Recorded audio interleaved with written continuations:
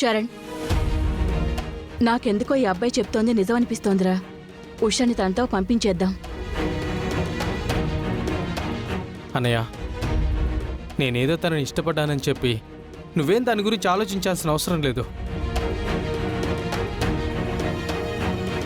ఎందుకంటే ప్రేమించిన వాళ్ళు దూరం అయితే ఎంత బాధగా ఉంటుందో నాకు తెలుసు అన్నయ్య. ఆ బాధ తను పడకూడదన్నయ్య. పంపించేయండి అన్నయ్య.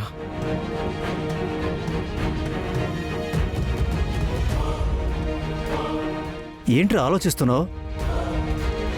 ఏమి నిర్ణయించుకున్నావు? నేను పల్లవి కూడా తను చెప్పింది నిజమనే నమ్ముతున్నాను నాన్న.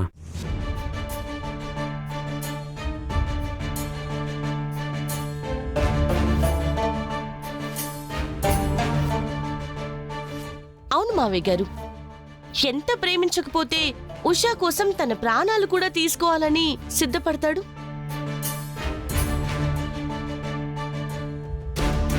అక్క, ఇంకా నువ్వు మాట్లాడకు ఉషా. నువ్వెవరో తెలియకపోయినా కష్టాల్లో ఉన్నావని చెప్పి నిన్ను తీసుకొచ్చి ఇంట్లో పెట్టాను. నీ జీవితానికి ఒక మంచి దారి చూపించాలి అనుకున్నాను.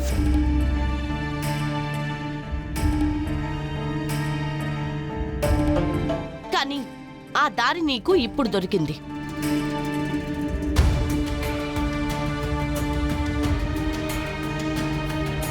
వచ్చిన అవకాశాన్ని కాదనుకుని జీవితాన్ని నాశనం చేసుకోవద్దు. అక్క, ఏంటక్క నువ్వు కూడా ఇలా మాట్లాడుతున్నావు? అక్కని కాబట్టి ఇలా మాట్లాడుతున్నాను ఉషా. కాసేపు సైలెంట్ గా ఉండు. ఇంకేంటి సైలెంట్ గా ఉండేది? బ్యాగ్ తెచ్చేస్తాను, ఆ అబ్బాయికి ఇచ్చి పంపించేద్దాం. మాట్లాడితే బ్యాగ్ తెచ్చేస్తాను అంటున్నావు. అంతగా బయటికి వెళ్ళాలని ఉంటే నీ బ్యాగ్ తీసుకొని పో.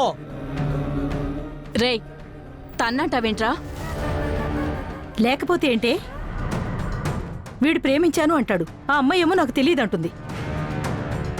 అన్నయ్య వదిన కూడా నమ్మారని చెప్తున్నారు కదా. నమ్మాం, కానీ ఇప్పుడు వెంటనే ఉషాని తనకిచ్చి పంపించలేము.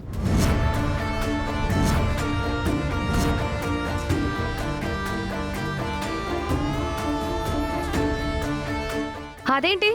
తను ప్రేమించాను అని అందరూ నమ్మినప్పుడు అతనితో పంపించడానికి ఇంకా డౌట్ ఏంటి? ఆగక్షిత, డౌట్ అని కాదు, తను ప్రేమించానని చెప్తున్నాడు. ఉషానేమో నాకు తెలీదు అని చెప్తుంది. ఉషా అబద్ధం చెప్తోంది. సరే, అదే అనుకుందాం అత్తయ్య గారు. ఆ అబ్బాయికిచ్చి పంపించేస్తాము. కానీ బయటికి వెళ్ళిన తర్వాత ఉషా మళ్ళీ తనకి హ్యాండ్ ఇచ్చి వెళ్ళిపోతే?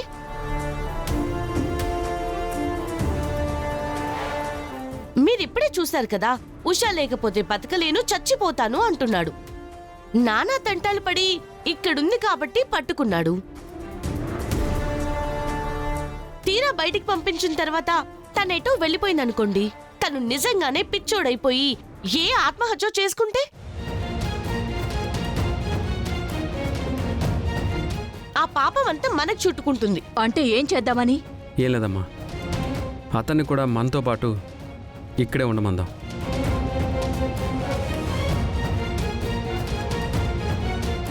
ఈ లోపల పల్లవి ఉషకి నచ్చ చెప్తానంది. ఆ అమ్మాయిని కూడా ఒప్పించి తనని కన్విన్స్ చేసి పంపిస్తే వాళ్ళిద్దరు కూడా హ్యాపీగా ఉంటారు.